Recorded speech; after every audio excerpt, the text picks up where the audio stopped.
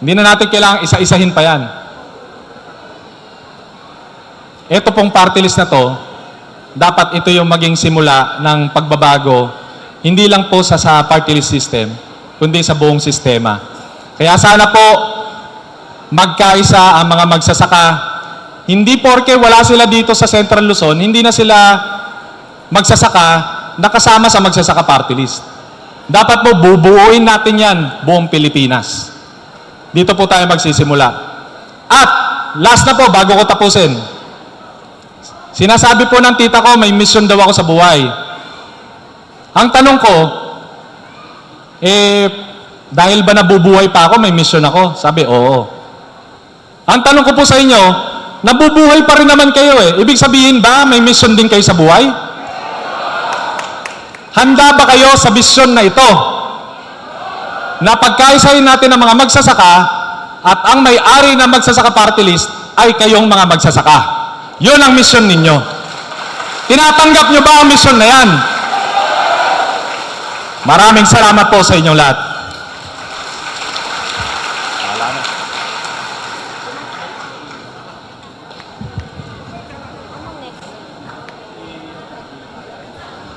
Okay, maraming salamat mo, Congressman Attorney Argel Joseph Cabatbag. Isang masigabong palakpak para sa Magsasaka Party List!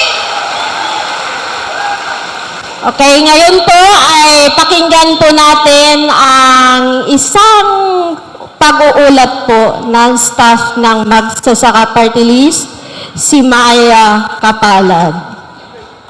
Wala ba kayong kamay?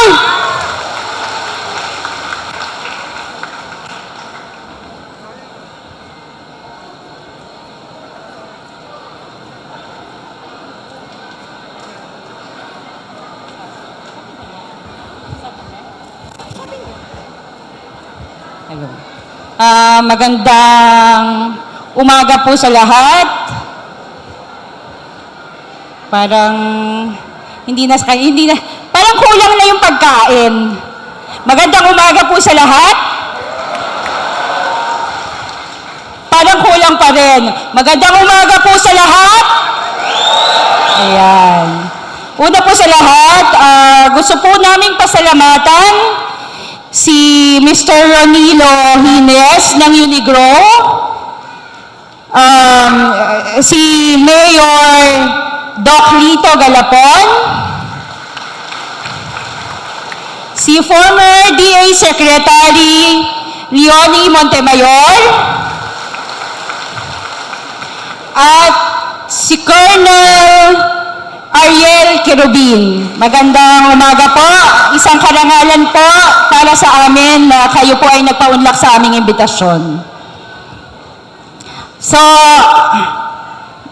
hindi po kasi talaga ako marunong, hindi po ako sanay magsalita sa harap ng maraming tao. Normally po kasi nagre-report lang po ako kay Kong Argel at sa Council of Leaders. Magbibigay lang po ako sa inyo ng update tungkol po sa status natin sa COMELEC at sa Supreme Court.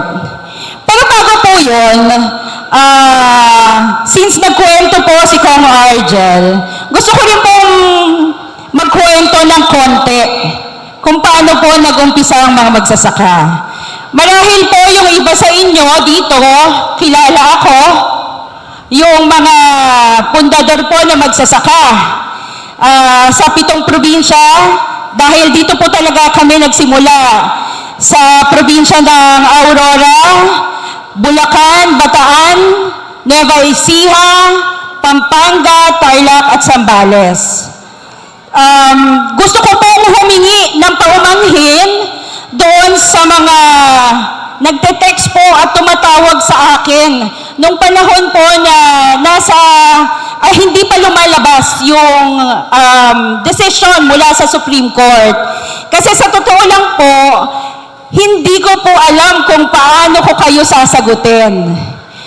Pero sa mga puso po namin, 10 po ng Council of Leaders, kami po ay confident na ang kaso po natin sa Supreme Court ay mananalo dahil sa usapin po ng ebidensya na ating inihain laban po doon sa kanilang ebidensya ay wala po sa kalingkingan natin. Dahil tayo po ang nag-umpisa na magsasaka party list. Sa ngayon po, nakapag-submit na po kami ng Statement of Information update status sa COMELEC at hinihintay na lang po natin na mag-oath si Congressman Argel para po makaupo na po muli sa Kongreso at magpatuloy po ang serbisyo na magsasaka party list para po sa ating lahat.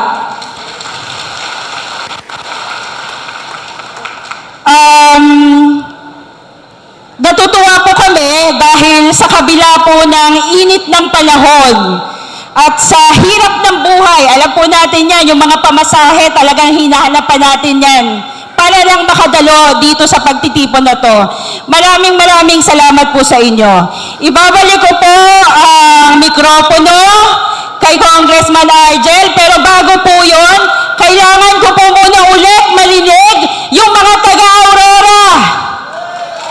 Ay, mahina. Gutom. Nasaan po ba yung yung sa komite ng pagkain? Ulit po, yung mga taga-Aurora. Yung mga taga-Bulacan, nandyan po ba? Ay, andun sila. Okay, yung mga taga-Bataan. Solid. Yung mga taga-Nueva Ecija. Yung mga taga-Pampanga. Yung mga taga-Tarlac. Mahina. Sabi ni Mayor Lerol, mahina. Yung mga taga-Tarlac. Nadaan sa Yehey. Yung mga taga-Sambales. Ay, mahina po. Gutom na rin. Ulit po, yung mga taga-Sambales. Dinaan din po sa Yehey. Ayun lang po, magandang umaga po sa inyong lahat. Congratulations po sa ating lahat.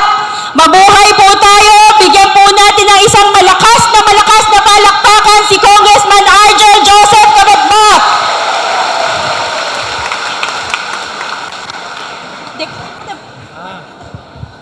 Okay. Parang mako-convert po ito into a victory party.